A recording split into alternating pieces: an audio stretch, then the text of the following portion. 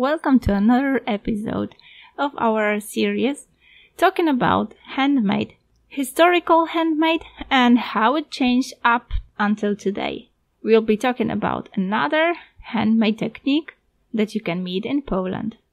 Enjoy! Today I've got a translation of an interview that was conducted by Karolina from our association Oplotki with Jadwiga Anioła, who is a folk artist. Let's dive deep into that. Well, Jadwiga is a folk artist in the field of ritual ornamentation. And since last year, she's also the president of Wielkopolska Folk Artists Branch. And she belongs to this association since 2014, and she's also a relatively young creator, very young for a president of this association. And what we're going to be talking about? We're going to be talking about kraszanki, which is a Polish name for a specifically decorated Easter eggs. So what exactly is kraszanka? It is a dyed egg. First, you need to embellish or simply dye the egg. Embellish means okraszać, hence the name, kraszanki. Then, you scratch them, and that way you create the design. You scratch off the dye to expose the original color of the egg. Okay, so which bird's eggs does Jadwiga use to make those kraszanki? She admitted she makes them from geese eggs, or blown geese eggs to be exact. She doesn't use full eggs because she wants her kraszanki to please the eye for longer time. In some homes, kraszanki are a seasonal decoration compared to, Christmas balls, kept in boxes for many years only to be taken out, during Easter time. She used to use duck eggs and used full-boiled chicken eggs to, prepare every year Easter eggs in the basket that traditionally is taken to the church for the blessing. But now, when she wants to create works of arts that last longer, she uses, those blown geese eggs. As you may assume, there are lots of different patterns to be used. And how does Jadwiga create hers? Well, she says she comes up with those patterns on the go. She doesn't copy anything. You won't find two identical eggs here. Here, meaning in her workshop in her home. There are no identical patterns because they are always different for her. And even if one wanted her to make a few eggs with the same pattern, she wouldn't agree to do that because she simply says she can't. Something always slips in her mind and sometimes something else pops up. And as she admitted, eggs are always different, never the same. When asked about tools, how does working with a blown egg look like? She said tools are quite primitive. It's just a simple potato knife, as she admitted. Often she uses a thick nail to scratch these patterns. There are also special tools in Opole, Silesia, created by men for the ladies who scratch eggs. But she said she mostly scrapes out eggs with an ordinary kitchen knife for peeling potatoes or other vegetables. And which element of preparing the kraszanka is most difficult? Is it obtaining the egg? Maybe dyeing the egg? Or maybe getting the right color then? Or maybe the tools themselves? For her, Jadwiga said that dyeing is most difficult part, because she always dyes eggs using plants. She gets dye from different plants like beetroots, periwinkle leaves, alder cones, oak bark, or onion skins, and from many combinations of all these dyes altogether. Sometimes she composes 2 or 3 different dyes. The length of coloring also influences the intensity of the final color. Usually her Easter eggs are dark. They aren't distinct in bright colors. The colors are subdued. She would even say the colors are pretty depressing and they never look that joyful, just like you see in the Easter baskets. But those are her colors. They, are colors that are created by nature plants. So these are not just like colorful birds. And Jadwiga admitted that the darker the shell is dyed and the more it soaks in the dye, the prettier the pattern gets, because the scratched pattern is always white. But she sometimes scratches more shallow to uncover, those dye coatings. So some of her kraszanki have this shading you won't see on other Easter eggs. Over the years, when Jadwiga was scratching kraszanki, because, people were scratching kraszanki for centuries, was there anything that changed in the technique that we can say, there's something new or some upgrade that she has made? Well, Jadwiga admitted that she hasn't changed a thing. She didn't introduce any modernity. She's this type of manufacturer, as she says, from the olden days, and she doesn't change anything and doesn't improve anything. As far as she knows, people change and improve tools, but she's tough stand on her rule, never to change. There is one fact that takes a lot of time, because to make such a nice kraszanka, you have to spend 5 or 6 hours. So she thinks there's maybe a room for upgrade there, but 3 hours at least for dyeing and 2 or 3 hours for scratching, and this must be a properly prepared egg. So this is the time you spend on one kraszanka. It's a great job, amazing concentration, activated imagination. Sometimes one, when creating those kraszankas, counts the lines. Jadwiga admitted she does it very often. She starts scratching and counting. And she gets to 60 and the petal is done. It's like training, very good for old people, as Jadwiga says, because they practice memory. You have to count the petals, count the flowers, not to make a mistake. You don't necessarily need to make the same pattern on the other side of the egg, but the point is to focus on a given pattern. Focus and count intensely. Such counting is really good for you. That is, as we always say in Oplotki, that handicraft is simply developing, helpful, in stimulating for the mind and for the body. Well, Jadwiga ran a lot of classes for children in schools. She had classes with disabled people as well, with autism or other disabilities, like physical disabilities. And she admits they are great to work with. Amazing. You can see that those people find a different goal in scratching the egg, which doesn't look like, the master ones, but the whole process of making the disabled concentrate on what they're doing is beneficial.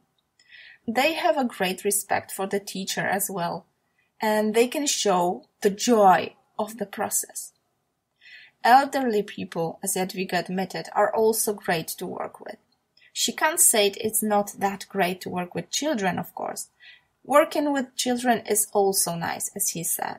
They are joyful and fun to be around. Kids get out the most from those classes because their brains are the most receptive. And sometimes after many years, one of them just comes on the street and says, "Yeah, I used to make eggs with you. I remember having my hands dirty, scratching the eggs, and I have mine to this day, right? My mom kept it safe for me." So that's something that pleases Jadwiga a lot. Such nice memories. She even admitted one memory. She couldn't remember when she started making the eggs. But she remembers that was the time when she was young. Her grandmother scratched eggs, and she remember they always had them at home. They weren't geese eggs, and she doesn't have any patterns that, her grandma used to make, but she made them for the basket, for this, blessing on Easter. And Jadwiga remembers this big bowl from, their best dishware that her grandmother put on the table and dyed the eggs in onion skins on the stove. Her grandmother would, bring the winter grains for her to dye the eggs in different colors. She took the potato knife, just like, Jadwiga does today, stood by the stove and scratched those warm eggs and put them in a bowl. Jadwiga said they always had beautiful scratched eggs on Easter especially. And that was something normal for her, that they are just like a must. Then she started scratching eggs when she got married and her child was little and she had to have a kraszanka for basket. It was a normal thing for her. Then she started scratching geese eggs. The first ones were blown eggs for their table, just to decorate the table. And then she made some for a present for her family and friends. And she never, did it to earn money. She always made it with passion from her heart, and eggs were different. Each was different.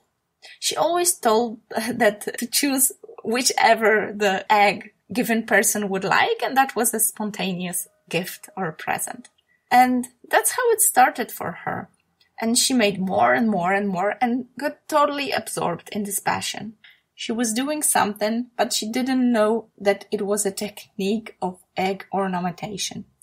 Only after she met with an ethnographer from museum in Dziekanowice, she was asked, where did she learn it? Who told her how to do it? And she just, Jadwiga found out that that was the oldest Eastern eggs ornamentation. And this is how people used to dye eggs in the olden days. And she basically changed nothing. So she kept it the way it was. So she decided that for as long as she's going to scratch eggs, she will dye them in such a way to always know that they are hers, like from the ancestors. All her kraszanki are signed by her, and she always knows which is her kraszanka. She remembers each one. As she admitted, she remembers each and every single one she has ever made, though scratched thousands of them. She recognizes them wherever she goes.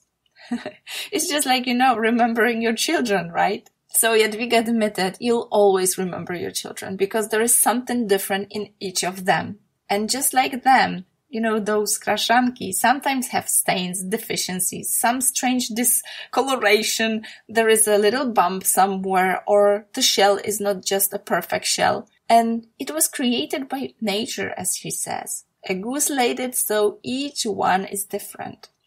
Each goose is different. Each egg is different. And in these very discoloration, shortcomings, you discover the coolest, most important, and beautiful eggs. Because they have these natural, discolorations. You don't need to paint them.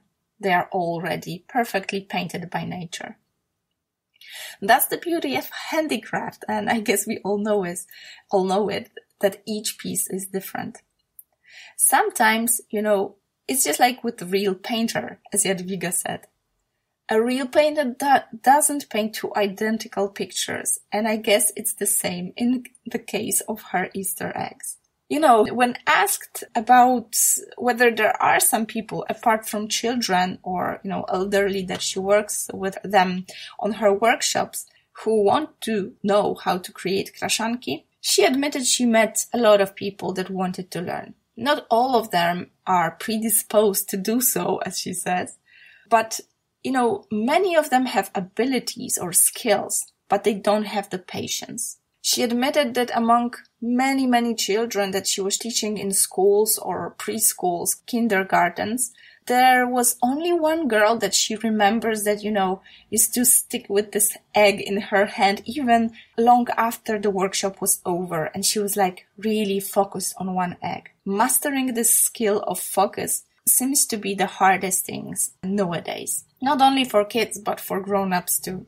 And, when asked about other things from kraszanki, apart from kraszanki, Jadwiga is also skilled in different things.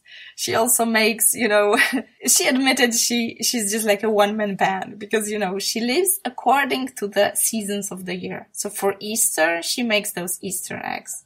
Ritual bread, Easter palms, blotting paper flowers, straw products, harvest wreaths for, end of summer. And she also remembers some folk herbalism from her home, and she does all sorts of things depending on the season, like, calendar for winter. So she lives just like the calendar goes. And she also does some Christmas decoration, also from the straw. And that's one thing worth remembering, that straw brings us luck. So that's something, that we tend to forget in this, plastic world of decoration for Christmas. And I hope that this conversation brought you to ideas about handmade things that we do, not only for the handmade sake. It seems that kraszanki is a thing that we do for Easter. And it's, quite popular that we cultivate those, Easter baskets and we go to the church for the blessing. And maybe some thought that I could plant in your mind that thinking about those, olden day methods, simple methods of dyeing eggs and then scratching them in order to create a pattern could be the most fancy one as well. So I hope that I've encouraged you to dig deeper into this topic. I invite you to listen to the original interview in our Monday episode and also to jump into our materials on the website dedicated to this project. I hope I see you in the next episode.